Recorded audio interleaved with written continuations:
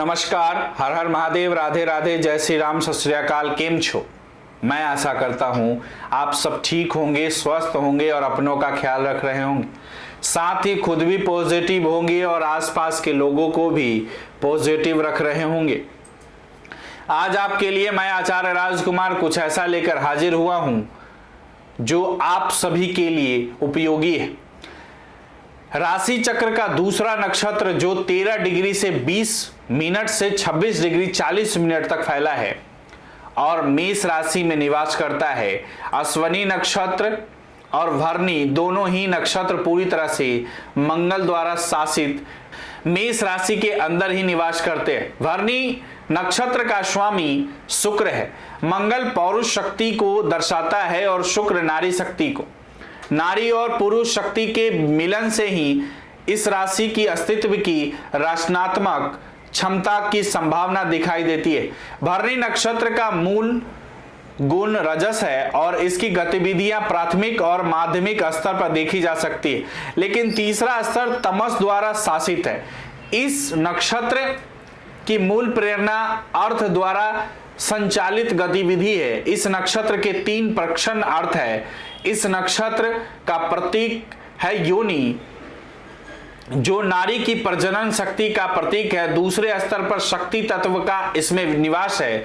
तीसरे स्तर पर मृत्यु का देवता यम इस नक्षत्र का देवता है।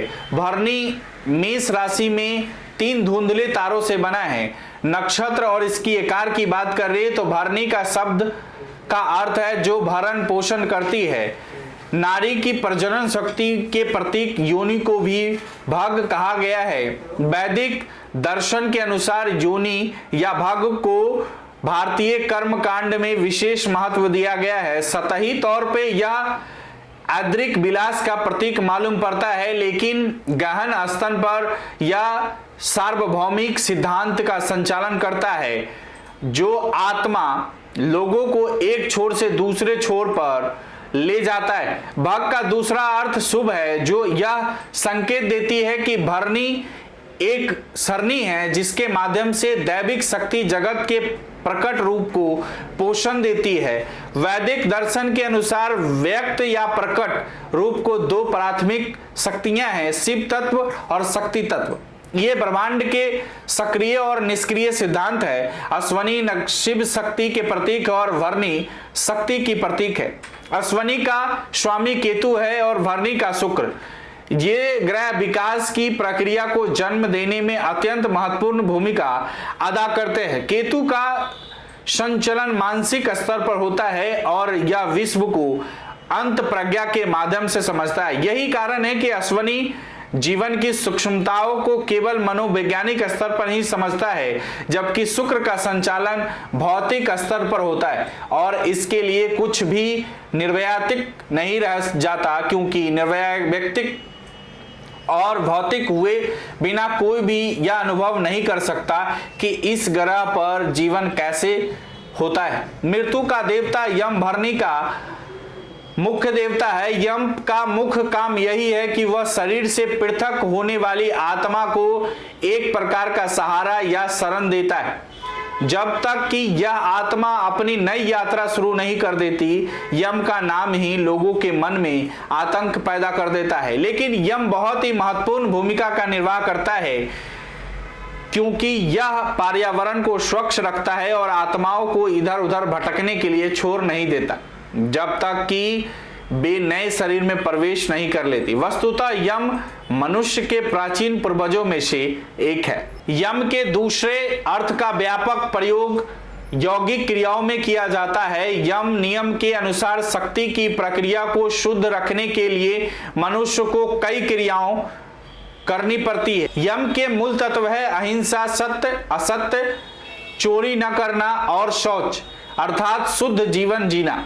अब कोई साधक इन यम नियमों का पालन करता है तो वह आत्मा के पूर्व जन्म के लिए जीवन शक्ति को निर्देशित करता है। इसी प्रकार शरीर कमजोर हो जाता है और आत्मा का बोझ वहन नहीं कर सकता, तो यम उसे पुराने चोले से अलग करके नए चोले के लिए तैयार करता है। देवता के रूप में यम जीवनी शक्ति के निर्बाध प्रवाह के लिए उचित मार्गदर्शन करता है। गुण और प्रेरक शक्ति की बात करें तो अश्विनी से लेकर आश्लेषा तक पहले 9 नक्षत्र राजसिक उद्वेगों के अंतर्गत आते हैं। दूसरा नक्षत्र होने के कारण भरणी उसी चेतना को दर्शाता है और ऐन्द्रिक अनुभवों की दुनिया के विकास परक डिजाइन पर कार्यरत रहता है। सभी नक्षत्रों का स्थिर स्वभाव होता है। भरणी का स्वभाव पुरुष का होता है और पुरुष चेतना की आंतरिक इच्छा रहती है कि वह अधिक ऐद्रिक सुखों का उपभोग करे। ऐद्रिक सुख ही उसे सृजन के पथ पर अग्रसर करते हैं और स्वतः ही मोह के बंधन की प्रक्रिया शुरू हो जाती है। प्राचीन ऋषियों के अनुसार भरणी शूद्र जाति की थी। शूद्र प्राचीन संस्कृति का ही अंग है और उनका काम अन्य समुदायों की सेवा करना था। इस अर्थ में योनि का काम है प्रजनन की प्रक्रिया के माध्यम से मनुष्य जाति की सेवा करना। भरणी नक्षत्र की प्रजाति गज यानी हाथी है, जिसका उपयोग व्यापक रूप में मनुष्यों और माल की आवाजाही के लिए किया जाता है। भरणी मेष का प्रजनन क्षेत्र है और जगत के रूप में प्रकट होने के लिए अनुकूल वातावरण तैयार करता है। भरणी नई योनि में प्रवेश करने के लिए यात्रा चक्र शुरू करने के लिए तैयार अहम की मदद भी करता है। भरणी नक्षत्र का स्वामी शुक्र आरंभ में ऐद्रिक स्तर पर ही सक्रिय रहता है, लेकिन शुक्र का वास्तविक लक्ष्य दुनिया के सुखों का उपभोग करने के लिए आत्मा को मोक्ष के पथ पर अग्रसर करना है। राजसिक गुण इसी बिंदु से आगे बढ़ते हुए अधिकतम स्तर पर अपनी भूमिका का निर्वाह करना शुरू कर देते हैं, क्योंकि गतिविधियां हर स्तर पर दिखाई देती है। नक्षत्र के गुण और व्यक्तित्व की बात करें तो इनकी जो ताकत होती है, भरणी नक्षत्र का स्वामी शुक्र और मेष राशि मंगल द्वारा शासित है। इस राशि का तत्व अग्नि है, प्रतीक मेढा है। सूर्य इस राशि में उच्चस्थ होता है। भरणी शुक्र और मंगल अनंत सामर्थ्य प्रदान करते हैं।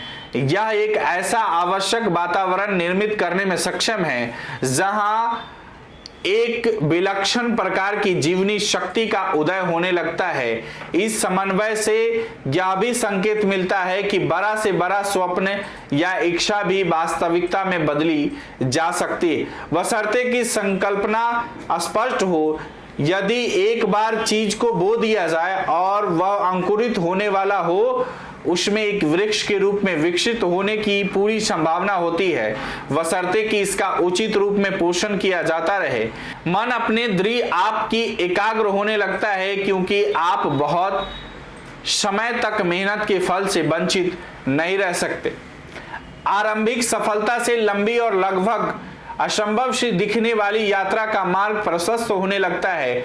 स्वप्न के चरितार्थ होने में एक प्रकार का रहस्यवाद जुड़ा होता है, और एक बार जब रहस्यवाद मनुष्य पर हावी हो जाता है तो सफलता मनुष्य का अनुसरण करने लगती है।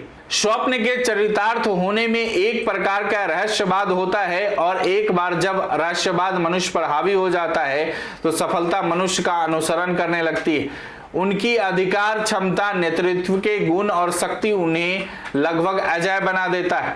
आप दयालु और उदार हैं, लोग इसका लाभ उठा सकते हैं, लेकिन यह इतना आसान भी नहीं है, क्योंकि आपका दिमाग बहुत शातिर होता है और आप बहुत जल्दी भाप जाते हैं कि आपके चारों ओर क्या चल रहा है। आप अपने परिवार का पूरा ख्याल रखते हैं, लेकिन आप अपना प्यार दिखाते समय और कभी कभी इसी कारण आपको गलत समझ लिया जाता है। आरोग्य के प्रति सचेत रहने के कारण आप साफ सुथरा घर पसंद करते हैं। प्राचीन और दुर्लभ कलाकृतियों से आप अपने घर को सजा सकते हैं। आप किसी के दुख या कष्ट से जल्दी ही द्रवित हो जाते हैं। लोग आपकी ईमानदारी का लाभ उठा लेते हैं, लेकिन इससे आप विचलित नहीं होते। आप दूसरों के कष्ट दूर करने के लिए और उन्हें खुश देखने के लिए उनकी मदद करते हैं, और अपने ऊपर ही यही फॉर्मूला इस्तेमाल करते हैं। आपकी कमजोरी की बात करें तो आप बहुत संवेदनशील होते हैं। अगर किसी ने आपके लिए कुछ किया है तो उसे भूलते नहीं हैं। आप दोनों ही स्थितियों में बहुत आगे तक जा सकते हैं। अगर आप किसी का भला करने पर उतर जाते हैं तो इसकी कोई सीमा नहीं रहती, और अगर आप किसी को बर्बादी करने पर तुल जाते हैं तो भगवान ही उसे बचा सकता है। यदि कोई आपके विचारों का समर्थन नहीं करता तो आप धीरज खो बैठते हैं और परेशान भी हो जाते हैं। आप अपने विचारों को बहुत दूर तक फैलाने की चेष्टा ना करें, क्योंकि यही आपकी सबसे बड़ी कमजोरी बन सकती है।